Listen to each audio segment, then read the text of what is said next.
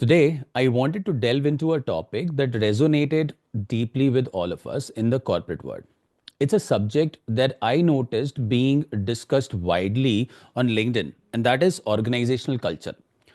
Far from being just another buzzword in the business world, organizational culture is the invisible yet powerful force that defines the identity and the experience of a workplace. It influences how team collaborates, how decisions are being made, and how ultimately successful organizations can be created. Understanding and nurturing culture isn't just an important part. It's essential for fostering a healthy and thriving workplace. So let's address a pivotal question. What exactly is an organizational culture and why does it matter even? To delve deeper into this fascinating topic, I had the privilege of speaking with Harish Kumar, co author of the thought provoking book, Hope is Not a Strategy. In this episode, we will explore the transformative framework he and his co author created, the DRF, Dilemma's Resolution Framework. Today, we'll uncover the imperative of deliberate cultural building and break down this step by step process of shaping a thriving organization.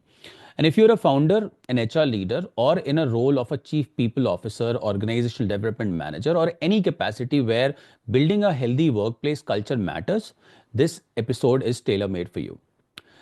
Don't miss out on these valuable insights. Be sure to subscribe to the Collaborative Canvas podcast on the YouTube and Spotify to stay updated on the conversation that inspire changes and elevate your leadership. And don't forget to hit that bell icon after subscribing. It ensures you get notified every time a new episode of the Collaborative Canvas podcast drops, so you never miss out on insights and story and that inspire you and transform you. So let's deep dive again with Harish. Welcome, Harish. Thanks, Ankesh. Privileged to be on this show of yours. Looking forward to speaking with you. Thank you so much, Harish. So I read the book, and thank you for sending the book to me. It was definitely, something which is more of an eye opener for me. There are a lot of things which I really wanted to begin with. As I, in my introduction, I mentioned that, there is an imperative of deliberate cultural building. It's definitely imperative. But before we dive into this conversation, just a little bit about you.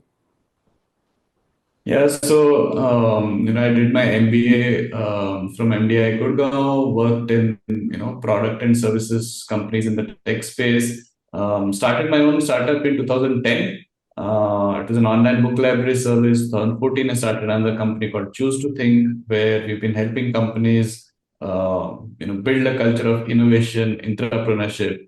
And in 2022, I started Aligned by Design with my co-founder, co-author of the book, and life partner, Sirisha Bhamidipati. And we've been working with leaders in trying to articulate the kind of company culture they want to build. And a big part of that is, aligning the leaders and bridging the so-called think, say, do gap in organizations. I think that's very rightly mentioned. I mean, I think it is all about how you see your organization. What we've been talking about, it starts from top to bottom. So if I am inculcating the right knowledge, if I'm creating a better culture, it is on the onus is on me. I cannot just ask anybody and come, and create some cultures to it. So the first important element that the book mentioned was, the imperative, the deliberate cultural building. What is so crucial for organizations today, and what happens when the culture is left to evolve organically? Yeah, that's a very nice question, Ankesh. So just stepping one step back, right? I mean, how do you define culture? And there are a lot of definitions out there, both academic and in the colloquial world. We define culture as the way people behave when nobody is watching. We think that's the simplest way of defining culture. Now, what happens is every organization, every team has a culture of its own, right? You can think of this as the difference between, say, a forest and a garden, right? What happens in a forest? There's nobody who's actually tending to it. Plants and trees and grass and everything, weeds, everything grows on its own, right? It's a natural progression. That's what happens in any team. Now, what you want to do in an organization is you want to be more deliberate. That is, you want to build a garden, right? So, what do you do in a garden? You're very clear and particular about this is where I'll have my flowering plants. I will remove the weeds. This is where I'll probably have my fruits. This is where I'll have decorative plants and all of that. That's the difference between a forest and a garden, and why you need to be deliberate about building a company culture, because the culture is going to happen, right? It's not that because you've not done anything, there's no culture of the company. No, company will have its own culture. Now what you need to do is you need to be deliberate about amplifying the aspects of the culture that are good for you and weeding out stuff that is not so good for you, because you will end up behaving in certain ways which are both detrimental and positive for the company.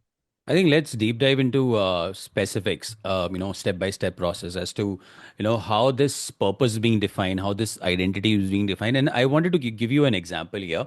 And it's a very brief example. So, what exactly happened? I was standing outside of my organization, and then my office is basically in a co-working space. So, I was hearing a couple of folks talking about how, the bitchy environment is, how people are like struggling because one has been working hard, other one is not, and these are so many cases that you generally hear out. So let's define it again, step by step, as to what is that purpose that organization should lead with, and how they can actually identify to mitigate these minor issues even. Right. Yeah. Like you rightly said, Ankesh, again, these are minor issues, right? But these become major for individuals who are affected. For them, it's really big. It's overpowering their entire life, their world, and everything is dominated by these so-called small things. And the reason why they are so-called small, in our opinion, but they're so big for them, is that there is no overarching reason why they want to actually be part of that organization, right? If it's something very transactional, that yeah, I'm going to get my salary and I'm just doing this for the next 3 months, 6 months till I find a better job, right? It's always going to be at a very transactional thing. I'm giving you some time and you're going to give me some money, and in that time I'm just doing some work, right? But you don't do that when you are really invested in a hobby that you are pursuing, right? Where there is not even a money that exchange that is happening, but you are really interested in giving time outside of your work.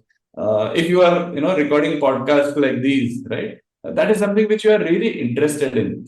So you're going to spend time. You're going to read a 600-page book to make sure you have great questions for me, and all of that, right? You don't feel the pain of it. Why is that? Because you are invested in that. And that's what you need in an organization when you try to identify or articulate its purpose. Why does it exist? So if my team members are not invested in the purpose of the organization, no, where am I headed? What is this big thing that I'm trying to accomplish? Then you're going to keep worrying about all these transactional pains that are going to happen in every journey, right? No journey is not going to have the pains. But if you are invested in the purpose, if you are clear that this is why I'm doing this, then you take those pains in a more magnanimous way, saying, "Oh no, there's a larger purpose that I'm going after, and I'm okay to sort of tolerate this pain or take this pain." If that purpose doesn't exist, then your focus is not long. Your focus is very medium and immediate term, and then you're wondering, "Oh, this is so painful for me. This person is not talking properly to me." All those things come in.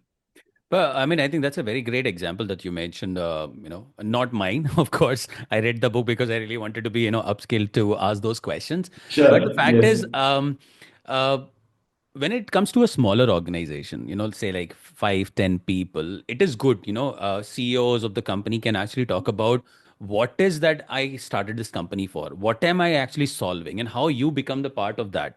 But point is, when it comes to larger organizations. So I remember there's a company who used to post mission and vision statement onto the dashboard of the employees, probably on the desk as well. probably they might be reading it, they might not, they're not even looking into it. They come for a 9 to 6 job and then they go. Does that Right. solve the purpose of even defining the purpose at the first class? You know, HR does rounds, induction rounds, and during induction round they only talk about, this is the why this organization stands. But there's still something missing. Why people are not aligning to it? They just for 9 to 6 job and then crave that, I am doing this much, he's not doing that much, and I still am not getting a promotions. I think somewhere down the line starts from the beginning of, how you're bringing up the people on board and start defining that process. So what is that element which is missing? And I think something that you have clearly defined in your DRF process. So let's take that first step, defining the purpose and, desired identity of an organization, because that's where the game starts. Right. Yeah. Yeah. Like you said again, Ankesh, the challenge with these organizations which will put up a mission and vision statement on everybody's screens and all of that is a lot of times it is very far from reality. Right. What you're doing is very different. And a software engineer or somebody doing sales on the field doesn't understand how my what I'm doing today contributes to that purpose that I'm talking about, or contributes to that vision and mission that I have for the next 3 5 years. And that's where then this distance comes between the organization and me, which is why what we always try to tell founders is to bridge this think, say, do gap. What the founders are thinking, what the leaders are saying, and what is happening on the ground. There's usually a big gap between these three, right? The lesser the gap, I will not say the gap will be zero. The lesser the gap, the better it is for everyone. Because in the end, when you're talking about alignment, see, I'm not saying you agree. I'm saying you get aligned. It is like, how you are rowing a boat, or how there is this orchestra where there's one conductor. The conductor is not playing anything, right? But the conductor is the glue who brings all the individuals together, right? Somebody is playing the piano, somebody is playing the saxophone, somebody is playing some drums and all of that. They all need to understand what they bring to the table and how it fits into the larger picture. If you do that, that's when the mission and vision statement that you're putting up on my screen I will actually relate to it. If I don't relate to it, it is some, and usually what happens is this is being created in isolation somewhere, sitting in the ivory tower, right? So it is all nice sounding bombastic words using all the buzzwords that you can think of. It sounds cool because this is being drafted by 30, 40, 50-year old MBAs who are talking business, but not rooted in reality, right? Which is why communication becomes such a big part of all these things, because nobody understands what creating shareholder value means, right? Or stakeholder management. These are abstract words in people's mind. So I cannot relate to it. I will not never be able to emotionally connect to it.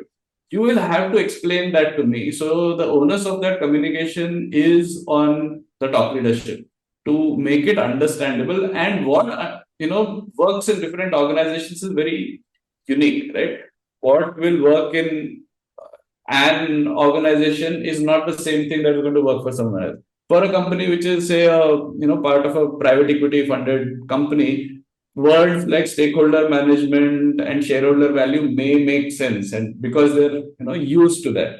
But in a different company, you are a D2C brand, or you're doing a Martech company. They are not going to understand those kind of things. So you need to understand the language that your team understands, what resonates with them, and articulate your purpose, your vision, and mission statement in those words. And I think that's again very good example.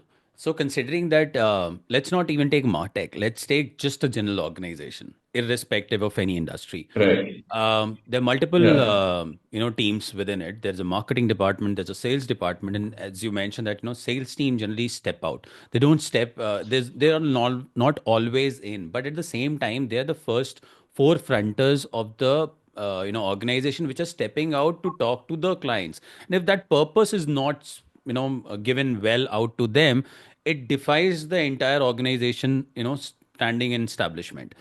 So, considering that there are multiple, departments, there are different departments, should not the purpose be defined in such a way that every department takes it the way it should be for their own requirements? It should not be, so for example, I wanted to talk to my marketing team and tell them that this is how I promote my organization. These are certain steps that I promote my organization. For sales, I go and give them a specific sales performer that this is how you have to approach the client talking the same words. I think one thing which you mentioned about communication, that's pretty evident, but it is different for different organizations, and it is different within organizations to different departments, I believe. So when I read this DRF, it addresses the critical dilemmas like organizational structure, the decision making, and collaboration and leadership overall. Can we take it a step by step process, because you gave a very good example on the musical band journey as well, but can you define each of them, and let our audience also understand how this framework actually works in every single department of an organization? Right. Yeah. So again, if you go back to the term that I used, right? Think, say, do, gap, right? So the dilemmas resolution framework essentially helps us understand how people are thinking, right? So when we say culture is how people behave when nobody is watching, if that is how you define culture, then values are the drivers of those behaviors, right? And there is a reason why different people behave in a certain way, both at the individual level as well as at the org or as a team level, right? There are some things that have fashioned the way you think right from when you were a kid. Your family, your school, your friends, your college, the kind of content that you have watched over the years, they've all shaped your thinking as an individual, right? That is how you behave. Now, what happens is when you come together as a group, there are certain norms that the group sort of accepts, right? Some are stated, some are unstated. Nobody has written down some things, but yeah, Harish behaves like this, so I should probably, be in sync with him. And I think, yeah, this is what is important for Ankesh. So, this is how I'm expected to behave, right? It's not stated anywhere, but, we sort of get that, right? Now, what happens is when a lot of companies, when they are coming up with this purpose and values and all of that, it is seen in isolation, right? It's like the ideal utopic NTP conditions, normal, temperature and pressure conditions, right? But that is not how you operate in the real world. Which is why what we do is we actually, when we are talking to founders and leaders, we present these dilemmas. And the whole point of a dilemma is when there is a choice between a good and a bad option, nobody's going to take the bad option, right? Everyone takes the good option. There is a dilemma when there are two equal options, right? At one point, the one option A sounds right. At another point, option B sounds right. So there's nothing wrong with either of them. That's when it's a dilemma. Otherwise, Hmm. it's a straightforward choice. I would say, yeah, let's go ahead and do this, right? Yeah. Now, what happens is a lot of times people want the best of both. I want this as well as that, right? I want speed as well as I want high quality. Now, sometimes these come at the cost of the other, right? So if you want to do something very quickly, maybe the quality is not going to be that great. If you're going to spend a lot of time on, giving out a high quality output, it's going to take time. So it's not going to be fast, right? If I just give you this question, you say, no, I want it high quality as well as I want it as of yesterday, right? But that's not how real life works. So what happens is you optimize for one of the two, right? And what we try to understand is, given different kinds of situations, how do you think? What governs your thinking? When do you say, I want to do this fast? When do you say, I want to, do a high quality output, right? That helps us understand that as a group, how do they think? Because that is what, drives your values. And if you don't come up with these values in such, real world scenarios, you're going to come up with values like collaboration, honesty, integrity, respect, and all, which is great. Nobody's ever going to say, no, I don't want to have respect as my value. Nobody's ever going to say, I don't want people to collaborate, right? But what does that really contribute? You don't, you know, you don't make it real, right? And that's the challenge. So the whole point of dilemmas resolution framework is present these dilemmas and try to understand how people think so that you can actually come up with values which are more real. I think related to this, I worked for like 7 different organizations. They have their own values, and most of those values, I still remember, like integrity, quality, communication. These are certain values that every other organization possess. I think similarly, there's something which is definite a definition for every organization to define a certain value. And again, I'll take you to this creating a cultural manifesto that you mentioned, and that's how you actually create those values and inculcate the purpose of having an organization into the life. Right. This cultural manifestation actually is a very good way of how a organization can do a transformative approach from what they started to where they wanted to head to. Can you share, how organizations can align their teams around this document and what exactly the role that drives this consistency? Right. Yeah. So there are two documents that we talk about. One is called the Culture Manifesto, which is like a short summary of the purpose and the values. This is usually outward facing, right? This is like the selling pitch that you have for others outside the world to become part of your journey. Why should they be part of this? And a culture handbook is a more expanded document which contains everything that the Culture Manifesto has, including examples, right? So when I say communication, I want to optimize for communication. So what does communication really mean in my world, right? That I will over communicate, right? I'm just giving you an example, right? That I'm going to build a written communication organization. So everything that we speak should actually be documented because I want to make sure there are no gaps in knowledge and understanding. That is what is important for me. What helps people understand this and actually implement this in real life is if you can give stories, right? If you can give me examples of what this over communication really means, right? So over communication only with clients, over communication between teams, over communication among the same team. What are we talking about? And what is it not? So that's what we call it's an anti-story, right? So over communication does not mean that I confuse the client with so much of information that he's wondering, oh, what are these guys going to actually deliver, right? So there should be again a story about what it is not as well. So once you have those kind of examples that are again real and concrete, then it's much easier for me to actually behave in those ways. If not, it's going to be at a very high level where I'll say communication. Yes, yes, I should communicate. I should communicate promptly. But what does that promptly mean, right? I don't understand it. If I don't understand it, I'm not going to behave in that way. Then those things remain on paper, all sounding great. Nobody is going to say, no, I should not do this, but nothing sort of happens on the ground. Yeah. So, we keep talking about examples to actually bring this to life, right? And again, that's a great question, Ankesh. So, one typical example that I will give is bringing a culture of innovation, right? Now, innovation, you may want to differentiate between different kinds of innovation. One is that I'm looking for a radical, transformative innovation, new product in the market every year. I bring out a feature which is like the first in the industry or something like that. That is really transformative. Whereas there is another definition of innovation which will say that I want continuous improvement. I want to do something different, better every day in every process that I run in the organization. So first, you need to be clear about what is it that you mean when you say the word innovation, because different people will have different ideas of innovation.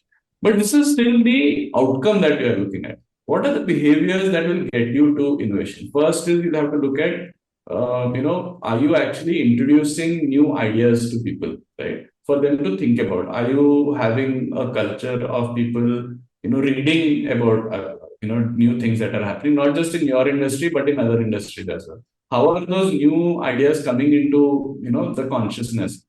Is it because you invite a guest speaker to talk in your organization? You know that somebody in the company does something differently. Are you putting the spotlight on that person? When somebody tries out something, what is your response?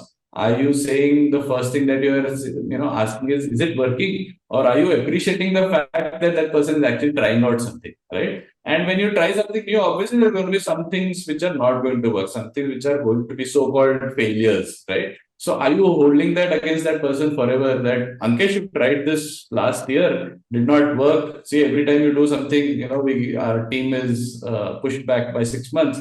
If I keep doing that, then not just you who will never want to do it again, others in the team also get this, signal that Ankesh tried something new. He is being castigated in front of the whole team. I don't want to be the next Ankesh, so I will also not try anything new. So you may Hmm. say all these things about, yeah, we want innovation, but if your manager is behaving like this, then this is not going to work, right? So how do you change this then? By making sure that there are some metrics around number of new ideas that have been tried, right? And then you also track what has worked, what has not worked. But for what has not worked, you look at what have you learned from that, right? So that you don't repeat the same mistake. But the idea is not to focus on the failure part. Idea is to focus on what you learned from it, right?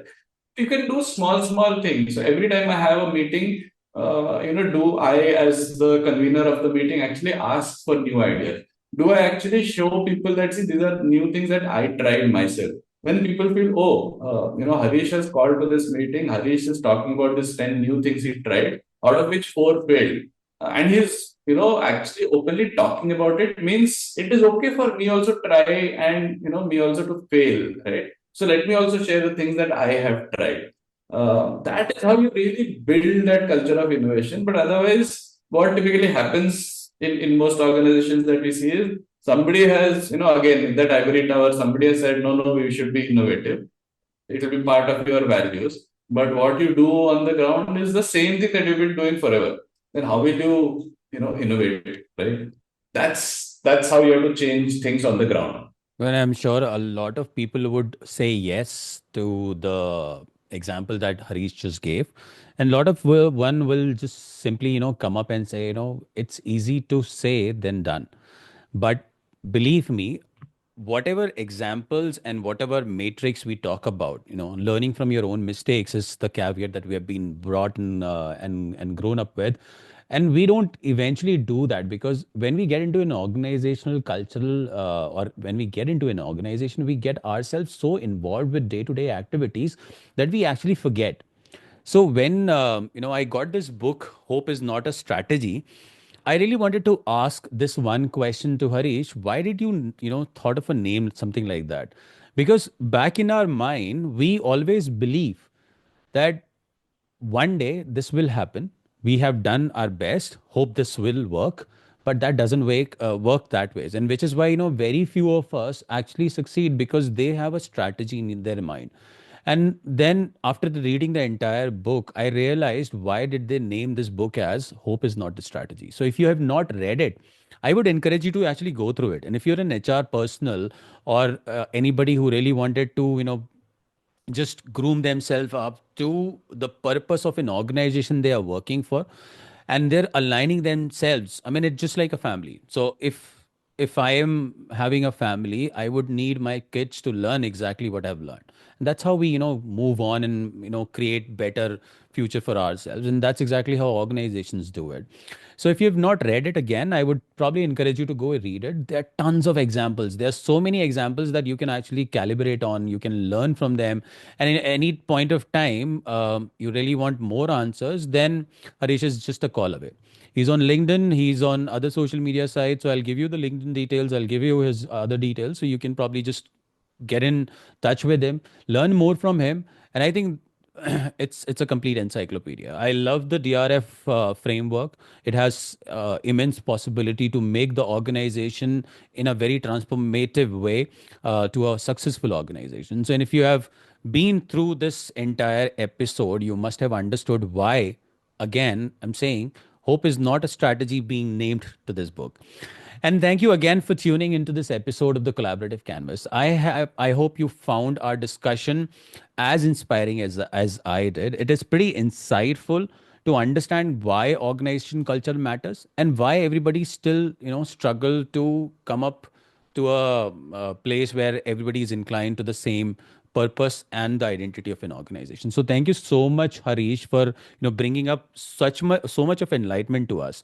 It's not an easy thing for anybody to control a large mass, but I think given the guidance you have mentioned in the book, if they can do about few of those work and create a certain matrix that can be measurable and can make the organization work much better the way they projected, say, in a 5 year plan of them, I think that they'll help them being successful in their lives as well as in the organization. So thank you so much for bringing that enlightenment to us.